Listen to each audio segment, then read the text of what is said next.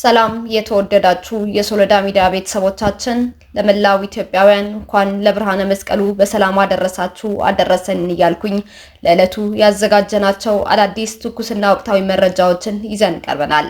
መረጃዎቻችን እየተከታተላችሁ እስከ መጨረሻ ከኛ ጋር እንድትቆዩ ከወዲሁ በታላቅ አክብሮት ጋብዛለሁ። 65 ሚሊሻዎች ሐራ መሬት መውረዳቸው ተገለጸ። የእንደርታ ዞን ህንጣሎ ወረዳ 65 ሚሊሻዎች የህወሓትን አገዛዝ ለመታገል ከነ ሙሉ ትጥቃቸው ሐራ መሬት መውረዳቸው ታውቋል። እነዚህ 65 ሚሊሻዎች ሐራ መሬት የወረዱት ትናንትና መስከረም 16 2018 ዓ.ም ሲሆን ከዚህ በኋላ የሚጨፈጭፈንና የሚገድለን የህወሓት አገዛዝ የሚሸከም ጫንቃ የለንም ማለታቸውም ለማወቅ ተችሏል። ከሚሊሻዎቹ ጋርም የህንጣሎ ወረዳ አስተዳዳሪ አቶ አብርሃ ካላዊን ጨምሮ 8 የወረዳው አመራሮች እንዲሁም 6 የቀበሌ አመራሮችም ወደ የትግራይ የሰላም ኃይል ሐራ መሬት ወርደው መቀላቀላቸው ታውቋል። ኤርትራ በቀይ ባህር ጉዳይ ከኢትዮጵያ ጋር ለመወያየት ዝግጁ ነኝ ስትል አስታወቀች። አዲስ አበባ የሚገኘው የኤርትራ ኤምባሲ ትናንትና መስከረም 16 2018 ዓ.ም በማህበራዊ የትስስር ገጹ ባጋራው ጽሑፍ ላይ የኤርትራው የውጭ ጉዳይ ሚኒስተር ኡስማን ሳላህ ከፕሬዝዳንት ትራምፕ የአፍሪካ ጉዳዮች ከፍተኛ አማካሪ ከሆኑት ማሳድ ፋሬስ ጳውሎስ ጋር ባደረጉት ውይይት ኤርትራ በአፍሪካ ቀንድ በናይል ተፋሰስ እና በቀይ ባህር ጉዳይ ለመነጋገር ዝግጁ መሆኗን ገልጸዋል ብለዋል። አፍሪካ በዓለም አቀፍ የፋይናንስ ተቋማት ውስጥ ትልቅ ድምጽ ሊኖራት ይገባል ሲሉ የጋናው ፕሬዝዳንት አስታወቁ። የጋናው ፕሬዝዳንት ጆን ማሃማ በተባበሩት መንግስታት ድርጅት ጠቅላላ ጉባኤ ላይ ሲናገሩ የተባበሩት መንግስታት ድርጅት ሚናውን እንደገና ገምግሞ ይዘቱን እንደገና ወስኖ መዋቅሮች እንደገና መቅረጽ አለበት ብለዋል።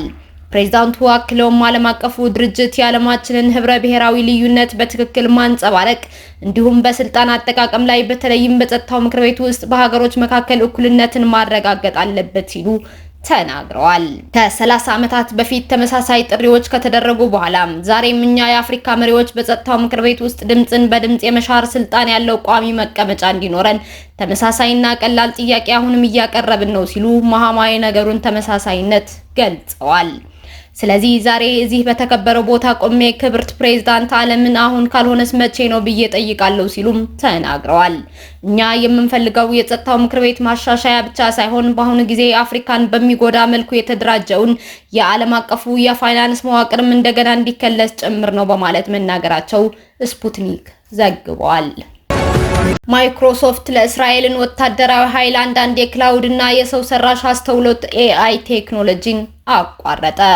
የዩናይትድ ስቴትስ ግዙፉ የቴክኖሎጂ ኩባንያ ማይክሮሶፍት የኩባንያውን የክላውድ ኮምፒውቲንግ ሶፍትዌር በመጠቀም በሚሊዮን የሚቆጠሩ ፍልስጤማውያንን ለመሰለል አገልግሎት ውሉን እየጣሰ ነው በሚል ስጋት ለእስራኤላውያን ጦር የሚያቀርበውን አንዳንድ አገልግሎቶች መሰረዙን የኩባንያው ምክትል ሊቀመንበርና ፕሬዚዳንት ብራድ ስሚዝ አረጋግጠዋል።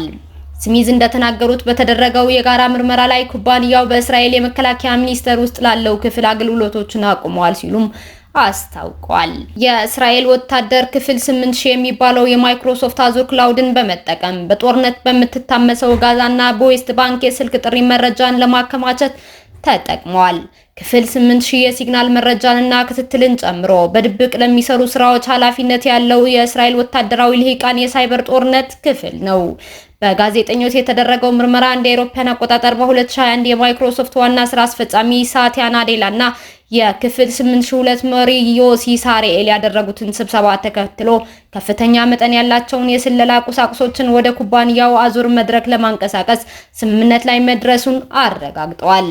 በክላውድ ላይ የተመሰረተው ስርዓት እስራኤል ገዳይ የአየር ጥቃቶችን እንድትፈጽምና በፊሊስጤም ግዛት ውስጥ ኦፕሬሽኖችን እንድትቀርጽ ረድቷል ሲሉ የ8200 የጦር ክፍል ምንጮች ለዜና አውታሮች ተናግረዋል። በፊሊስጤማውያን ላይ ያለው ከፍተኛ መጠን ያለው መረጃ በኔዘርላንድስ እና ኤርላንድ በሚገኘው የማይክሮሶፍት አዙር ሰርቨር ላይ የተከማቸ መስሎ መታየቱን ሪፖርቱ አመላክቷል።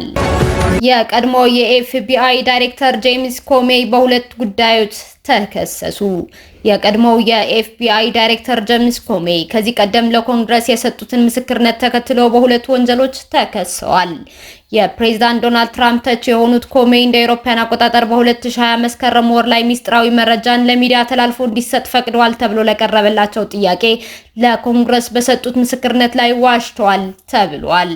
ለቀረበባቸው ክስ ምላሽ የሰጡት ኮሜ ነፃ ሰው ነኝ በማለት በፌዴራል የፍትህ ስርዓቱ ላይ ከፍተኛ እምነት አለኝ ብለዋል።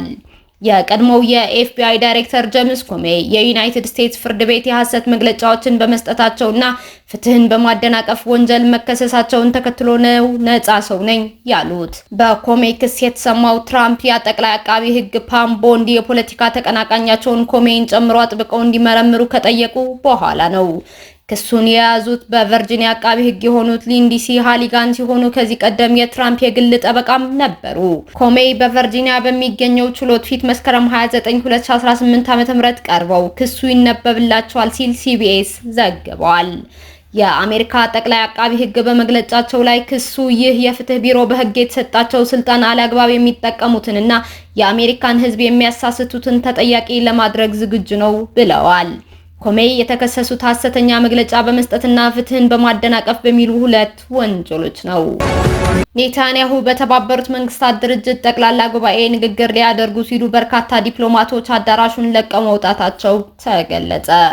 የእስራኤሉ ጠቅላይ ሚኒስትር ቤንጃሚን ኔታንያሁ ትናንትና አርብ በተባበሩት መንግስታት ድርጅት ጠቅላላ ጉባኤ ላይ ለንግግር ወደ መድረክ ሲያመሩ በርካታ ዲፕሎማቶች እና ባለስልጣናት አዳራሹን ለቀው በመውጣት ተቃውሟቸውን አንጸባርቀዋል። ይሁንና ኔታንያሁ የአሜሪካ፣ የእንግሊዝ ባለስልጣናትን ጨምሮ ጥቂት ተሰብሳቢዎች ባሉበት ንግግራቸውን ቀጥለዋል። ኔታንያሁ በንግግራቸው አውዳሚውን ጦርነት ለማስቆም ፈቃደኛ ለመሆናቸውን ዓለም አቀፋዊ መገለልን እየጨመረባቸው ቢመጣም በሐማስ ላይ የምንወስደው እርምጃ እንቀጥላለን ሲሉ ተደምጠዋል።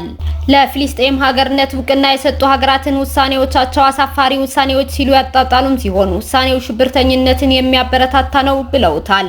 እስራኤል በጋዛ የዘር ማጥፋት ወንጀል ፈጽማለች በሚል በመንግስታቱ ድርጅት የቀረበባትን ክስን መሰረተ ቢስ ነው በማለት ውድቅ አድርገዋል። ኔታንያሁ እስራኤል ሆን ብላ ወደ ጋዛ የሚገባውን የእርዳታ መጠን እየገደበች ነው በሚል በተደጋጋሚ የሚቀርብባት ክስንም አጣጥለዋል። እንግሊዝ፣ ፈረንሳይ፣ ካናዳ፣ አውስትራሊያን ጨምሮ ሌሎች ሀገራት ለፍልስጤም ሀገርነት እውቅና መስጠታቸው ይታወቃል። ይሁንና ኔታንያሁ በትልንቱ ንግግራቸው እስራኤል የፍልስጤም ሀገርነትን እንደማትፈቅድ በአጽንኦት ገልጸው ይህ አቋም በብዙ እስራኤላውያን የተደገፈ ነው ማለታቸው የዘገበው ገልፍ ቱዴይ ነው። የተወደዳችሁ የሶሎዳ ሚዲያ ቤተሰቦቻችን እስካሁን ከኛ ጋር አብራችሁን ስለነበራችሁ እያመሰገንኩኝ በሌሎች መረጃዎች እስክንመለስ እንደተለመደው የሶሎዳ ሚዲያ ቤተሰብ በመሆን ላይክ፣ ሼር፣ ሰብስክራይብ ማድረጋችሁን አትርሱ። አዳዲስ ትኩስና ወቅታዊ መረጃዎቻችን በቶሎ እንዲደርሷችሁም የደወል ምልክቷን ይጫኑ። በድጋሚ መልካም የደመራና የመስቀል በዓል ይሁንላችሁ። ሰላም ለእናንተ፣ ሰላም ለኢትዮጵያ።